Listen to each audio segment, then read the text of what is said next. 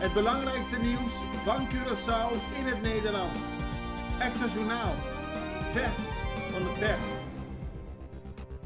Welkom bij Extra Journaal. Fijn dat u weer kijkt. We hebben het belangrijkste nieuws voor u op een rij gezet. We beginnen met het bericht dat de politie en de brandweer op zoek zijn naar personeel. Het gaat om het Korps Politie Curaçao, de gevangenis, de SDKK en de brandweer. Die hebben de handen ineengeslagen met een campagne onder de naam Mi Motivo para Servir Mi País, mijn motivatie om mijn land te dienen. En daar werd gisteren een persconferentie over gegeven, omdat men op zoek is naar vooral jongeren om te werken als politieagent, brandweerman of beveiligingsmedewerker. En er is ruimte daarvoor, omdat er sprake is van vergrijzing binnen deze verschillende takken van justitie. Zo zijn er 15 mensen zeker nodig bij politie, 15 bij de brandweer en wel 40 bij de gevangenis. En daarom wordt er een campagne begonnen, die begint 30 mei. En daarmee zullen verschillende evenementen worden georganiseerd en activiteiten om geïnteresseerden aan te trekken. OM maakt procesafspraken. Het Openbaar Ministerie van Curaçao heeft gisteren laten weten dat ze voor het eerst procesafspraken hebben gemaakt in een grote strafzaak. Het Openbaar Ministerie zelf doet geen uitspraken over die zaak, maar volgens de Nederlandse misdaadwebsite Crimesite gaat het om een Rotterdammer in een zaak over de smokkel van 600 kilo cocaïne. Het OM zal 68 maanden celstraf eisen, maar er zijn afspraken gemaakt zodat er een verdachte in de zaak heeft beloofd geen nieuwe getuigen of onderzoeken meer te eisen en niet in de tegenaanval te gaan. Ook doet hij definitief afstand van al zijn in beslag genomen bezittingen en crimineel vermogen. Als tegenprestatie heeft het OM een lagere straf geëist dan gebruikelijk. Het is voor het eerst dat dergelijke procesafspraken zijn gemaakt door het OM op Curaçao. CTB wil toerisme groener en duurzamer maken. Daarvoor heeft het toerismebureau CTB akkoord gesloten. Dat hebben ze gesloten samen met de Curaçao Outdoor Industry Alliance. En dat gebeurde gisteren in aanwezigheid van minister van Economische Ontwikkeling Roderick Middelhoff. En namens het CTB was Mouriat de Bruin aanwezig en Terence Ching van de Curaçao Outdoor Industry Alliance. De bedoeling is om toerisme, natuurbehoud en cultuur beter in balans te brengen.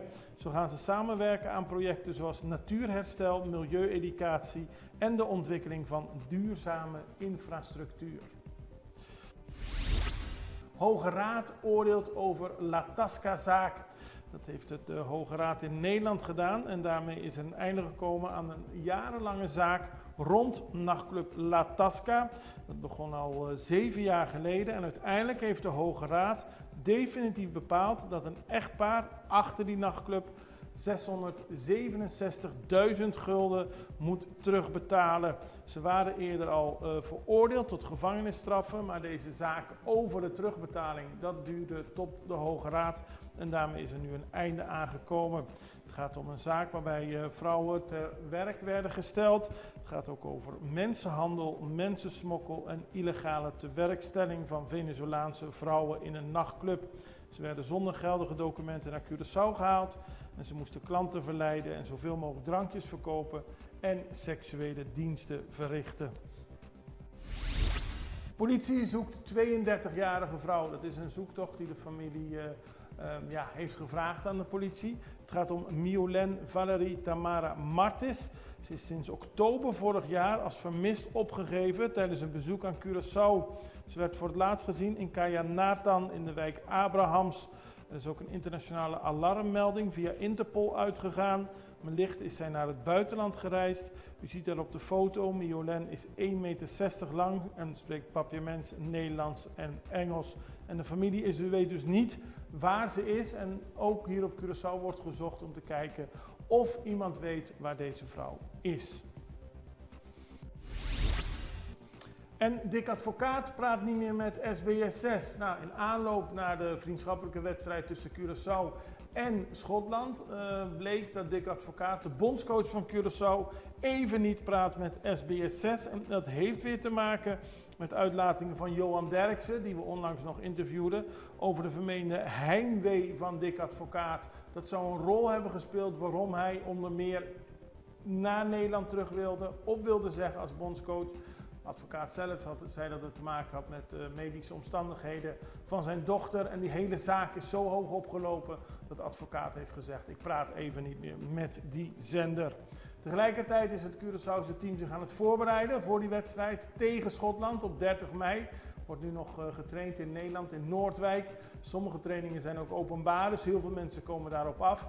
En het wordt weer een belangrijke wedstrijd onder advocaat om te zien hoe ver het Curaçaose team is en hoe goed ze voorbereid zijn voor het WK.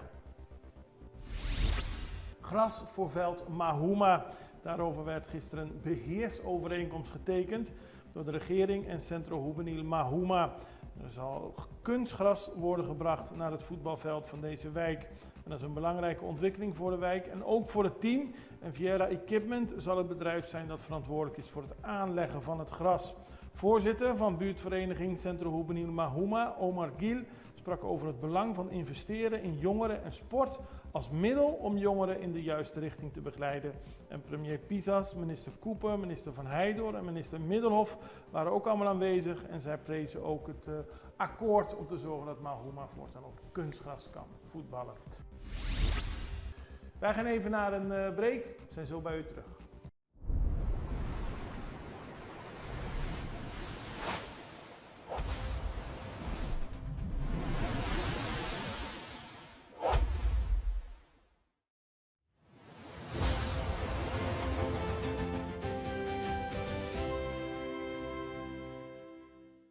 Extra in Nederland. Van Amsterdam tot Arnhem, van Groningen tot Maastricht, Extra is erbij. Volg Extra digitaal en blijf op de hoogte van de belangrijkste ontwikkelingen in Nederland. Extra digitaal is te zien op verschillende platforms en kanalen zoals WhatsApp, YouTube, Facebook, Instagram en ook TikTok.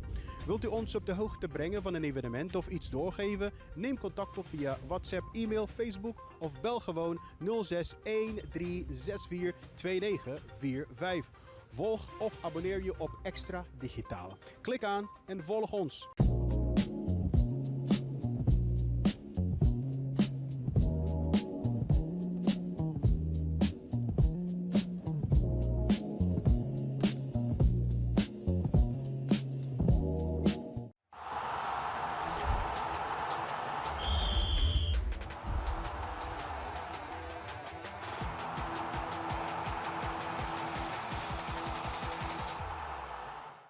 We hebben het al vaak over het WK en Extra probeert u op allerlei manieren daarover te informeren. Natuurlijk via deze programma, Extra Journaal, in de krant, op websites. Er is een papiamenstalige podcast, Goldie Corsau. En nu komt er ook een podcast in het Nederlands. Die wordt vandaag opgenomen onder de titel Zon, Zee en WK Voetbal. En dat is een samenwerking tussen Extra en Curaçao.nu. En daarom wordt de podcast opgenomen door Maarten Schakel van Curaçao.nu, Oscar van Dam, ondergetekende en speciale gast Carl Ruiter, die u natuurlijk kent als sportverslaggever van Extra. En op die manier proberen we mensen zo goed mogelijk op de hoogte te brengen van deze bijzondere activiteit, het WK 2026. Meer dan een activiteit, een sportevenement. Dan gaan we naar een interview met Giandino Asporaat. Die zal later deze week beginnen met een 3 avonden lang in het WTC optreden. Vrijdag, zaterdag, zondag. En dat doet hij met de voorstelling onder de titel Omdat je lult. Ja, u ziet het al dat ik er al langzaam om moet glimlachen. Ik sprak hem gisteren en we laten u nu dat interview zien. Het is een vrolijk gesprek over een artiest die al bijna 20 jaar als comedian optreedt. En kijk even naar het volgende gesprek. Giandino Asporaat, welkom. Dank je, man. Dank je. Altijd goed om je te zien. Yes. En nu gaan we het hebben over Omdat je lult. Omdat je lult. Pas op met een pompa. Omdat je lult. Ja. Hoe ben je op die titel gekomen? Nee, maar dit is hoe onze ouders eigenlijk altijd, mijn moeder in ieder geval, tantes en ooms, waarschuwden van oké, hier op Curaçao we waarschuwen 1 keer. En als je niet luistert en het gaat mis, wat hoor je? Drut je pabo. Ja. Pas op met een pompa, omdat je lult. En in de afgelopen tijd zijn er veel dingen, veel mensen hebben dingen gedaan waarbij je kan zeggen, omdat je lult. En die dingen gaan we aanpakken. Ja, het is gekkenhuis. Maar is het dan een actuele show dat het in de zin dat het ingaat op wat mensen de afgelopen periode gezegd hebben? Vooral in mijn omgeving, mijn leven. Dat is wat ik eigenlijk aanpak. Zeker een aantal dingen die actueel zijn. Maar ik maak altijd grappen vanuit mijn gezin, dingen wat ik zie. En dat vinden mensen altijd het leukste om te... Ja, je neemt jezelf op de hak. Ik heb natuurlijk 3 kinderen en die zijn alle 3 gestort. Niet van mijn kant, van Shirley's kant. Dat je leuk. En verandert de inhoud dan gedeeltelijk? Want Nou, je bent al lang bezig met Ja, deze ik ben al show. lang bezig. De tour in Nederland en België is helemaal klaar. Dus nu doe ik zeg maar de Caribische kant. We gaan nog naar Bonaire, we gaan nog naar Suriname. En voor deze kant, ja, dan pas je het aan. En het is ook anders hier. De grappen komen hier aan. In Nederland, ja, we hebben net 3 shows gedaan in Ahoy. 5000 mensen per avond. Dat is toch ongelooflijk? Dat is niet normaal. Maar ik kan je zeggen, in WTC, ja, wat je hier, het is rauwer. Mensen lachen, slaan elkaar, gaan meedoen. Denken, weet je wat, dit nodig heeft dit. Je moet dit zeggen. Ik denk, ja, je hebt gewoon een kaartje gekocht. Je hoeft niet mee te doen. Jawel, ik moet trouwens iets tegen jou zeggen, Jandy. En dat is in Nederland niet, want ik neem aan dat er ook veel Curaçaoënaars... Ja, wel, maar niet zo. Ik heb wel eens plekken, dan weet je, oké, mijn mensen zijn in de zaal. Suriname zijn even erg, maar op Curaçao, ja, dan gaat het net anders. Maar je moet zeggen, in Suriname zelf spelen, dat is echt gek huis. Die staan op, gaan lopen, nee, kijk! En dan, ja, zeggen wij, maar die hebben maar per een Surinaams accent in ieder geval. En dan bieden nog wel aan de bieden met de Surinaams. Het is beloofd dus weer een leuke show te worden. Yes. Hoeveelste show is het van jou inmiddels? Nou, ik weet niet eens hoeveel shows, ik moet het even nagaan hoeveel shows ik eigenlijk heb gemaakt, maar dit jaar ga ik, zeg maar, mijn nieuwe show, vier ik mijn 20-jarig jubileum. Ja, dat is al heel lang hè? Dat is niet normaal. En je ziet er nog steeds jong uit. Hé, het is niet dank. Ongelooflijk. Dank je, weet je. Nee, maar het is bizar om te weten dat mijn allereerste show hier op Curaçao was bij Brakkaput, Mei, Antilliaanse pot deed ik, knikkende knieën. En dan ben je 20 jaar verder en dan doe je 3 shows in de WTC. Ja, dat is ongelooflijk. De hoop ik eruit zien. Ik kan me nog herinneren dat ik daar bij was, maar toen zag ik er nog anders uit. Jij bent nog knapper geworden. Ja, Ik wist nog, dames en heren, ik zag hem dacht, wat een knappe man. Ja, Ik wil mijn vrouw verlaten voor hem. En nu nog knapper. Het ligt aan de kleding, alleen maar de kleding. Hey, dit en nog veel meer kunnen de mensen verwachten. Wanneer begint Omdat je lult? Ja, 29, aanstaande vrijdag, de zaterdag en zondag. 29, 30, 31, 3 avonden in WTC, Omdat je lult. De show begint om 8 uur, maar de deuren zijn al vanaf 6:30 open. Wees op tijd. Om er lekker in de sfeer te komen. Hey, er is en om op eten. tijd te zijn. Maar anders word jij een onderdeel van de hele grap. Want Ja. echt waar, ik vind iets wat niet klopt aan jou. Ik ga je lastreren. Dus wees op tijd en kom lekker genieten. Heerlijk genieten. Het wordt een mooie avond. We hebben stand-up comedy. Dat doe ik zelf. En na de pauze bouwen we om naar FC Kip. En dan krijgen we een comedia van Judeska. Ja, dat wordt een... Daar komen de mensen ook voor. ja, joh, dat wordt helemaal gek uit. Leuk. Heel veel succes. En daarna, als je 20 jaar weer viert, weer met de show, kom je weer. Ja, I know, hoor. Ja, ik hoop dat ik dan wel in ieder geval rust. Ik heb 3 kinderen wat ik nu aan het voeden ben. Weet je, we betalen een goede school, weet je. We zitten op dezelfde school, dus ik hoop over een paar jaar dat ze gaan werken. Dat is de bedoeling, ja. Dat is ook mijn plan. Ik ben niet al 20 jaar. Ja, maar kan je je voorstellen, Judeska over 20 jaar? Nee. Nou, je ziet er nog goed Nee, uit. ja. Hey, dankjewel en succes. Dan gaan we naar internationaal nieuws.